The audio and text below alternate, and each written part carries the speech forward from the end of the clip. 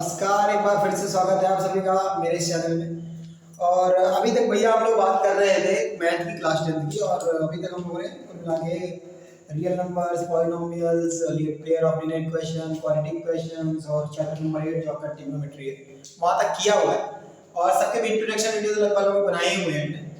और थोड़ा सा समय नहीं मिल पा रहा है और थोड़ा सा तबीयत भी नहीं ठीक लग रही है, और तबियत भी नहीं ठीक है, इस वजह से आपके पास डेली वीडियो नहीं आ पा रहा है। लेकिन कोशिश में हूँ कि डेली वीडियो आपको दे पाऊँ, लेकिन क्या करें बेटा, आप शरीर है ना, इजाज़त नहीं दे रहा है इस समय, थोड़ी सी प्रॉब्लम है। और थोड़ा सा एक ट्रेजेडी भी हो चुकी है, इस चक्कर में थोड़ा सा हम कहीं और भी बिजी चल रहे हैं। लेकिन फिर भी कोशिश कर रहे हैं कि जैसे ही समय मिलता है आप लोगों के लिए कोई ना कोई वीडियो लेंगे। तो आज जो हम लोग चैप्टर की बात करने जा रहे हैं मैथ की क्लास 10 की, तो चैप्टर का नाम है बेटा एपी। क्या नाम है? एपी। क्या नाम है? AP, arithmetic progression. ठीक है, क्या नाम है? AP, arithmetic progression. प्रोग्रेशन क्या होता है? प्रोग्रेशन का अगर शब्द इंग्लिश में समझा जाए तो प्रोग्रेशन मतलब होता है वो चीजें जो लगातार प्रोग्रेस कर रहे हो, लगातार बढ़ती जा रही हो। अर्थमेटिक प्रोग्रेशन मतलब एक ऐसी सीक्वेंस, एक ऐसी नंबर ऑफ सीक्वेंस की, ऐसे नंबर्स की सीक्वेंस जो ऐसे रिप्लेस किए जाए कि जिनका डिफरेंस क्या हो बेटा? कांस्टेंट। क्या बोला मैंने? कि अरिथमेटिक प्रोग्रेशन एक ऐसी सीक्वेंस नंबर्स की जिनका कॉमन डिफरेंस क्या हो बेटा? इनका डिफरेंस क्या हो? एक कांस्टेंट। क्या हो? कांस्टेंट। क्या लिखेंगे? It is defined as a sequence of numbers such that their difference is constant। उनका डिफरेंस कैसा होना चाहिए भैया? कांस्टेंट होना चाहिए। कैसा होना चाहिए? कांस्टेंट। डिफरेंस कांस्टेंट होना चाहिए। क्या होना चाहिए? डिफरेंस क्या होना चाहिए? कांस्टेंट। कि एपी को अगर डिफाइन करेंगे तो एपी क्या डिफाइन कर सकते हैं कि एक ऐसा नंबर का सीक्वेंस जिनका जो कॉमन डिफरेंस है भैया वो क्या है आपका? सेम। क्या है? सेम। अब सीक्वेंस क्या होता है सर? सीक्वेंस की क्या डेफिनेशन है? सीक्वेंस किसे कहेंगे? सीक्वेंस बेटा उसे कहेंगे कि जहां पर एक नंबर्स का एक अरेंजमेंट, क्या हो? एक नंबर्स का एक अरेंजमेंट हो सिस्टमैटिक ढंग से। मतलब नंबर्स का अरेंजमेंट हो, नंबर्स का हो, एलिमेंट्स का हो, किसी का भी हो, लेकिन वो अरेंजमेंट हो इसमें एक सिस्टमैटिक ढंग। कैसे? सिस्टमैटिक ढंग। क्या कहेंगे इसको? सीक्वेंस को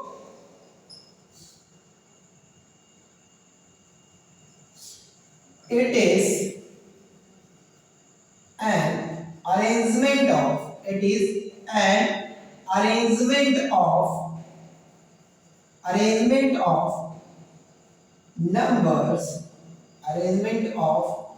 numbers and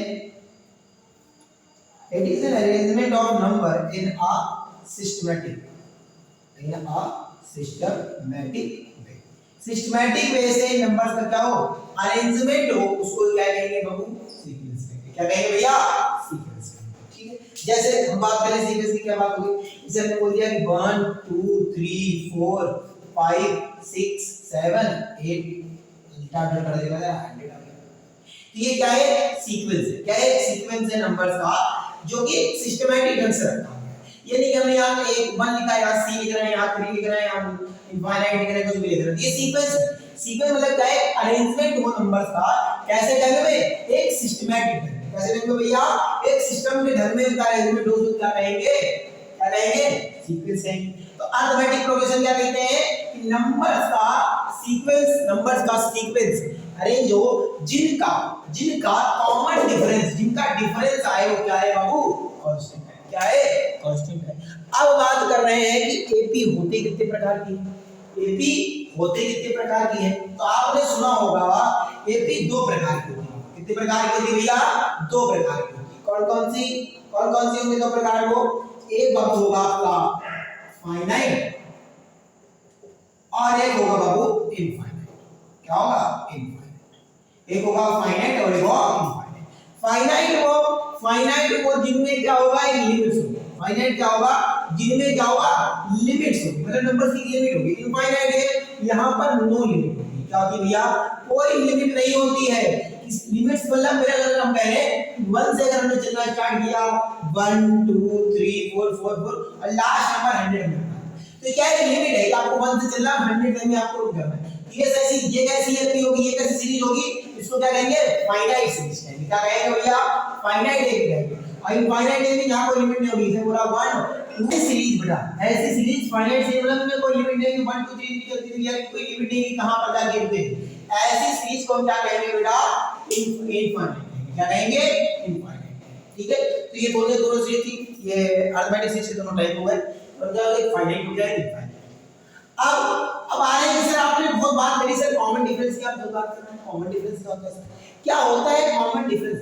कॉमन डिफरेंस पढ़ाने से पहले अगर मैं आपको बोलूं कि जर्नल फॉर्म क्या होते हैं, journal form of A arithmetic progression क्या है, जर्नल फॉर्म क्या है, कैसे दिखेगा आपको, कैसे दिखेगी आपकी अरिथमेटिक प्रोग्रेशन दिखेगी। तो जर्नल फॉर्म होता है बेटा a plus b a plus 2b a plus 3d, ऐसे करते करते चलते हैं।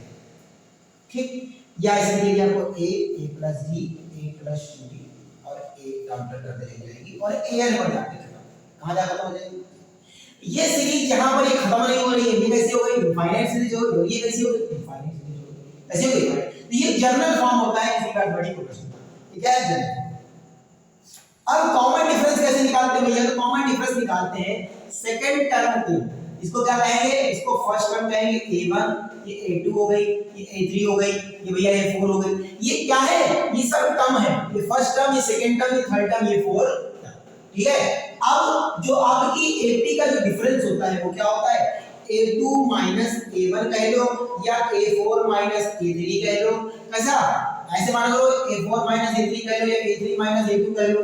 कैसे करो, पीछे वाले का आगे वाले से माइनस करते हो, क्या कहते हैं भैया, कॉमन डिफरेंस कहते हैं। चाहे हम कहते हैं कि सेकंड से फर्स्ट को माइनस करके निकालें तब भी आपका सेम आंसर आना चाहिए, और सेकंड से थर्ड करके निकालोगे तब भी आपका आंसर क्या आएगा, सेम आएगा। क्या आएगा, सेम आएगा। a2 माइनस a1 करो या a3 माइनस a2 करो या a4 माइनस a3 करो, जैसा करो सब सेम चलता रहता। ठीक है, चलिए अब कॉमन डिफरेंस, जैसे किसी एक एपी को एक एपी ले लेते हैं, कोई एक पकड़ लेते हैं, कोई एपी निकाल लेते हैं, उसका कॉमन डिफरेंस निकालने की कोशिश करते हैं। जैसे क्या अगर आपका एक एपी होता है 1 3 5 7 और 9 11 40 और 50। ठीक है, ये कैसी एपी हुई, पहले तो आपका सवाल, पहला सवाल क्या है कि एपी कैसी है, कैसी है भैया, सही, बहुत बढ़िया, सबने अपने में आंसर दे दिया होगा कि कैसी एपी है सर, ये एपी फाइनाइट एपी है सर। कैसी एपी है, फाइनाइट, क्योंकि हमें पहला और आखिरी दोनों टर्म पता है, सबको पता है कि लिमिट पता है कि सर एक से चलना है। तो इस एपी का कॉमन डिफरेंस कैसे निकालेंगे, तो हमने क्या बोला, कॉमन डिफरेंस कैसे निकलता है, a2 माइनस a1 या a3 माइनस a2 या a4 माइनस a2, सब में से आंसर a2 माइनस a1 बोला, यहाँ पे a2 कितना है भैया 3 माइनस 1 कितना आ रहा है, कितना आ रहा है, और चाहे यहाँ से देख लो 5 माइनस 3 तब भी आंसर कितना है, कितना आ रहा है। हर जगह में मैंने आपको, अगर मैंने आपको एपी डिफिनेशन बताई थी तो मैंने वहां बोला था, क्या बोला था कि एपी वो सीक्वेंस है नंबर का, वो सीक्वेंस है नंबर का जहां पर जो कॉमन डिफरेंस आएगा वो हमेशा क्या आएगा, कांस्टेंट आएगा। यहाँ पे कांस्टेंट आएगा, यहाँ पर भी 2, यहाँ पर भी 2। अब चाहे तुम इसको 7 को 5 से माने तो तब भी 2, 9 को 7 से माने तो तब भी 2, सब में भी आंसर आएगा। ठीक है, समझ आ रहा है, आया बोलो भाई। चलो अब बात कर रहे हैं कि एपी, क्या बात कर रहे हैं भैया, क्या बात करने जा रहे हैं कि जो एपी में हमने लिखा था, तो ए का मतलब क्या होता है, डी का मतलब क्या होता है, ए का मतलब क्या होता है। अभी हमने यहाँ पर ए लिखा था, ई का मतलब होता है बाबू फर्स्ट, ए का मतलब क्या होता है, फर्स्ट। डी का मतलब क्या होता है आपका, कॉमन डिफरेंस। क्या होता है बाबू, कॉमन डिफरेंस। फिर बेटा हमने एन लिखा था, ए का मतलब क्या आता है, ये लास्ट टर्म, ये क्या है बाबू, ये लास्ट टर्म है। और n का मतलब क्या है, ये नंबर ऑफ टर्म्स। क्या है, नंबर ऑफ टर्म्स। क्या है बाबू, नंबर ऑफ टर्म्स। अब इन्हीं चारों को मिला करके एपी में दो फार्मूले छोटे छोटे से, उन्हीं से बस पूरी एक्सरसाइज पूरी चैप्टर में चलता है। 11 में भी आपको थोड़ा सा देखने को मिलता है, हालांकि 11th में जीपी ज्यादा है, एपी कम है, लेकिन एपी का थोड़ा सा हिसाब 11th में मिल जाएगा, आईसीएससी में देखने को मिल जाएगा। बस फार्मूला क्या है, तो छोटे-छोटे से फार्मूले क्या है कि अगर आपको क्या करना हो, फाइंड करना हो, फाइंड द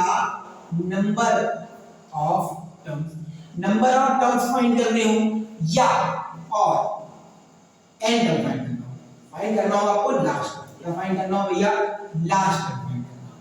क्या करना हो, नंबर ऑफ टर्म्स फाइंड करने हो या लास्ट टर्म फाइंड करने हो, तो आपको फार्मूला क्या है, an इज इक्वल टू में a plus n minus 1 into में, क्या बोला, an इज इक्वल टू में a plus n minus 1 into में d। जितनी आपको टर्म्स दे रखी हैं, जैसे अगर हम बात कर ले 1 2 3 5 4 1 2 5 7 9 11 13 और 14, ऐसी बात कर ले। अब यहाँ पर नंबर ऑफ टर्म्स आपको पता है फाइनाइट है, जब फाइनाइट है भी होगी तब आपको वहां पे पता होगा 1 2 3 4 5 6 7 8 पता है आपको। तो आप यहाँ पर क्या लिख सकते हैं, आपको यहाँ पे लास्ट टर्म भी पता है, लेकिन अगर बाय चांस समय यहीं पर इस एपी को इसे पहले चला के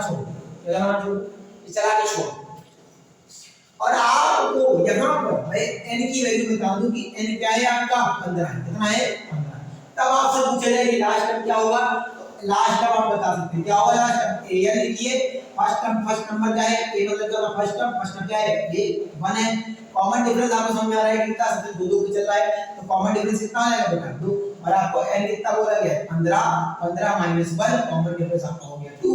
अब आपको यहाँ से लास्ट टर्म निकालना है, लास्ट टर्म निकल आएगा, क्या निकल जाएगा 1, 15 माइनस 1 होता है 14, और 14 इंटू 2 कितना होता है 28, कितना होता है बाबू 28, और 28 प्लस कितना 29, कितना होता है 29, कितना होता है बाबू 29, कितना होगा 29। अब अगर आपको 15 बार चलना है, 1 2 3 4 5 6 7 8 बार चला है, अब 8 अगर देखो 15 कितने 29 आ रहा है, 15 बार चलना है, 8 बार चलना है, 9 बार में 17, 8 और 10 बार में 19 21 23 25 27 और 29, ये 15वां टर्म हो गया, और यही टर्म आपको इस फार्मूले ने फाइंड करके दे दिया। ये कौन सा टर्म होगा, 29वां टर्म होगा। कि जो आपका 15वां टर्म है, जो आपका 15th टर्म है, वो क्या है 29, क्या है 29, क्या है 29 है। तो इस फार्मूले से आप दो चीजें फाइंड कर सकते हैं। अगर आपको ये लास्ट टर्म दे दिया होगा, क्या दे दिया होगा, सिर्फ लास्ट टर्म दे दिया होगा, देखो n की वैल्यू फाइंड करने हैं बताते हैं, आपको लास्ट टर्म दे दिया यहां पर से 29 रखा आपने, इक्वल टू में फॉर्मूला क्या था, फर्स्ट टर्म करके 1 ब्रैकेट में n माइनस 1 इनटू में d, आपको पता है ये 2 होता है, 29 n आपको नहीं पता है निकालना है, 1 n माइनस 1 रखा, 2 का मल्टीप्लाई किया 2 हो गया, माइनस 2 हो गया, इक्वल टू में कितना आ गया, यहां पर 2 माइनस 1 हो गया कितना, माइनस 1 प्लस 2 है, इक्वल टू में 29, इसको लेके जाओगे आपको कितना आ जाएगा, ये माइनस हो जाएगा प्लस का 30 इक्वल टू में 12, यानी कि वैल्यू बाबू कितनी आ गई 30/2, दैट इज कितनी आई होगा 15। और अभी हमने आपको याद हो तो हमने 15 के लिए निकाला है, इसका मतलब दोनों से ही आंसर सही आ रहा है। और दोनों ही जब आपको n टर्म्स निकालनी हो या आपको पता करना हो कि लास्ट टर्म क्या है, तो आप क्या करेगा an माइनस 1 में d छापना, तो छाप लो, कोई बात नहीं है, समझ में आना चाहिए, मैथ छापने वाला सब्जेक्ट भी नहीं होता है, ठीक। एक फार्मूला ये हो गया बाबू, एक फार्मूला और है, एक फार्मूला और है, वो क्या है भैया, वो फार्मूला ये है कि सम ऑफ एपी अगर निकालना हो, क्या निकालना, सम ऑफ एपी निकालना, sum of AP for n terms, इतने जैसे हम आपको इसे 1 3 5 7 9 11 13 15, हम आपसे कहेंगे इसका सम क्या होगा पूरी एपी का, तो आप जोड़ने बैठ जाओ। अच्छा कुछ नंबर के लिए तो आपके लिए पॉसिबल नहीं, कुछ नंबर के लिए तो आपके लिए पॉसिबल ही नहीं भैया, चलो ठीक है हमको पहला ये याद करने में जोड़ने के जोड़ने को याद करने आएंगे, लेकिन यही टर्म्स अगर बहुत हो जाए और हम कहते हैं इनफाइनाइट हो जाए, कितनी हो जाए इनफाइनाइट, क्या तब आप जोड़ पाएंगे, क्या तब आप जोड़ पाएंगे, तो आपके पॉसिबल नहीं होगा। तब के लिए क्या है, तब के लिए एपी में, इसीलिए रामानुजन ने जब एपी डिस्कवरी किया उन्होंने कहा कि क्यों ना एक ऐसी साइंस ऐसी मैथ की ब्रांच का ऐसा कोई कॉन्सेप्ट निकाला जाए कि अगर बहुत लंबी सीरीज कोई लिखी है, अगर बहुत लंबी सीरीज कोई लिखी है और उनका डिफरेंस सेम ही चल रहा है, उनका डिफरेंस सेम ही चल रहा है, तो उस सीरीज को बगैर जोड़े भी उसका डायरेक्ट फार्मूले से आंसर बताया जाए। तब रामानुजन ने अपना दिमाग लगा करके बहुत बेहतरीन साइंटिस्ट, बहुत बेहतरीन इंसान भी, इंसान का मुझे पता नहीं, लेकिन मैं तो कभी मिला नहीं उनसे, और ऊपर वाला करे मुलाकात तो मेरी अगर कभी हुई उनसे तो मैं आपको बताऊंगा कैसे कोई गलत, अब तो बचे नहीं, ऊपर वाला हमको उठा लिया, बहुत जल्दी की मृत्यु हो गई, लेकिन कोई बात नहीं। जो इंसान ने हमारे लिए किया है, जो हमारे इंडिया के लिए किया है, जो हमारे भारत के लिए किया है, जो भी एपी की सीट में किया है, वो उनका योगदान कभी नहीं दे सकते। सम ऑफ अब उन्होंने अपना दिमाग लगा करके एक फार्मूला बताया। अगर आपको n टर्म्स को सम करना हो, क्या करना हो, अगर आपको n टर्म्स का सम करना हो, कितना करना हो, n टर्म्स का सम करना हो एपी का, तब आपके लिए फार्मूला क्या है? तो तब फार्मूला क्या है, जितनी टर्म्स हैं उनका डिवाइड करो आपस में, ब्रैकेट में 2a plus n minus 1 into में क्या फार्मूला होगा, सम ऑफ टर्म्स का फार्मूला क्या बोला बच्चा, Sn sum of n terms का फार्मूला है n/2 2a n minus 1 into में क्या बोला, सम ऑफ 2 का है n/2 2a n माइनस 1।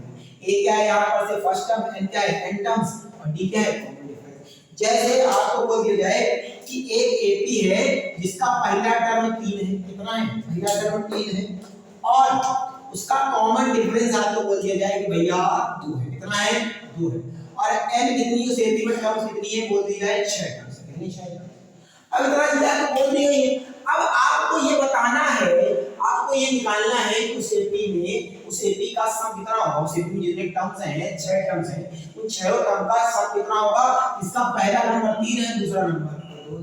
तो आप ऐसे नॉर्मली हम लोग निकालने जाएंगे तो पहला टर्म 3 है, दूसरा कॉमन डिफरेंस 2 है, पहला टर्म 3 हो जाएगा, दूसरा 3 तो 5 हो जाएगा, फिर 7 हो जाएगा, फिर 9 हो जाएगा, फिर 11 हो जाएगा, फिर 13 हो जाएगा, ऐसे निकालते चले जाएंगे। फिर इनका प्लस करेंगे, अब इनका प्लस करेंगे तो टाइम लगेगा, तो यहाँ पर कम नंबर है तो हो जाएगा नॉर्मली, लेकिन टाइम लगेगा। तब के लिए क्या लगाया गया फार्मूला, यानी कि वैल्यू की गई 6/2 2a। पहला टर्म क्या है भैया आपका, पहला टर्म क्या है 3 प्लस n माइनस 1, n का कितना है भैया 6 माइनस 1 इनटू में d मतलब यहां आपका हो गया 3 2 जा 6 प्लस 6 माइनस 1 हो गया 5 इनटू में 2, और ब्रैकेट में क्या 3 से 5 इनटू 2 हो गया, कितना हो गया 10, और 10 मतलब कितना हो गया 16 इनटू 3 कितना हो गया भैया आपका 17 कितना हो गया 48, कितना आ गया आंसर 48। तो अगर इनका हम नॉर्मल लिखते हैं 3 5 7 9 11 13 इन सबका ऐड करते तो 40 ही आता, चौहत्तर कर लो, 20 20 40 और 8 48 आया भी 48, आया कि नहीं आया। तो सोचिए कितनी बड़ी बड़ी कैलकुलेशन रामानुजन सर ने वो धीरे कर दी, वो नॉर्मल कर दी हमारे लोग के लिए, वरना सुबह से शाम तक इतनी बड़ी कैलकुलेशन निकालते रहते, रात हो जाती। रामानुजन सर ने बहुत बेहतरीन सा छोटा सा फार्मूला दिया है, अगर आपको n टर्म है उसी के एपी में n टर्म्स है, उसका सम निकालना है तो आपके लिए फार्मूला क्या है n/2 2a n minus 1 into a। बहुत प्यारा सा फार्मूला इस चैप्टर में यही दोनों फार्मूले लगा करके बाकी आपके क्वेश्चन होंगे। हाँ कॉन्सेप्ट थोड़े अलग हो जाते हैं, कॉन्सेप्ट इसलिए अलग हो जाते हैं भाई फार्मूले आपके पास तो हैं लेकिन क्वेश्चन पूछने का तरीके अलग अलग हो जाते हैं। यही रीजन होता है कि कभी कभी कोई क्वेश्चन फंस जाते हैं बीच में। जैसे जब आप एनसीईआरटी में तो 2-4 क्वेश्चन ही फंसेंगे, लेकिन जब आप RS. Aggarwal, RD. Sharma, ML. Aggarwal ये सब किताबें लगाते हैं तो वहां पर आपको क्वेश्चंस ऐसे पूछे जाते हैं, घुमा देते हैं उनके क्वेश्चंस में कि आपको प्रॉब्लम आ जाती है। उन क्वेश्चन में आप अपने बेसिक मजबूत रखने वाले, अगर जिसका बेसिक मजबूत है, हमारे सर कहा करते थे, हमारे टीचर थे वो कहा करते थे जिसका बेसिक मजबूत है एसएससी तक क्लियर होता है। तो आप बेसिक अपने मजबूत रखिए, पेपर को यू क्लियर हो जाएगा बाबू 10th का। समझ में आ रहा है? चलिए तब तक के लिए बहुत बहुत पढ़ाई करते रहिए और बहुत बहुत आप सभी का तहे दिल से शुक्रिया, इतना पेशेंस बनाए रखने के लिए, इतना सपोर्ट बनाए रखने के लिए। अभी बहुत जल्द शुरुआत करी है लेकिन बहुत लंबा सफ़र है, बहुत दूर तक जाना है साथ में, और बहुत पढ़ाई करनी है साथ में 9th 10th 11th 12th, और कोशिश करेंगे कि कंपटीशन में भी आपका साथ दें। जेईई वालों के लिए खासकर नीट के लिए कोशिश नहीं कर पाएंगे क्योंकि बायोलॉजी हमारा सब्जेक्ट नहीं है। फिजिक्स में कोशिश करेंगे कि आपका फिजिक्स में आपका साथ दें, और उम्मीद करता हूँ कि आगे चल के कभी अगर भविष्य में ऊपर वाले ने चाहा और सब कुछ ठीक रहा तो नीट के लिए भी अगर कभी पढ़ाए तो पढ़ाएंगे और आपका सपोर्ट करेंगे, जेईई के भी सपोर्ट करेंगे। बाकी तब तक आप पढ़ते रहें और बहुत अच्छे से स्कूल में अपना सपोर्ट देते रहें। लर्न, सीखना सीखें, पढ़ना है सीखने के लिए पढ़ना है, रटने के लिए नहीं पढ़ना है। रटोगे भूल जाओगे 4 दिन में। हिंदी इंग्लिश कक्षा 4 में जो चैप्टर पढ़ा था क्या याद है? लेकिन कक्षा 2-1-2 में जो प्लस माइनस गुणा भाग सिखाया गया था वो याद है आज भी, क्योंकि वो हमने सीखा। तो जो सीखेंगे वही आगे काम में आएगा, जो रटेंगे वो सब यही रह जाएगा। ठीक है, तो तब तक के लिए बहुत बहुत शुक्रिया, बहुत बहुत धन्यवाद।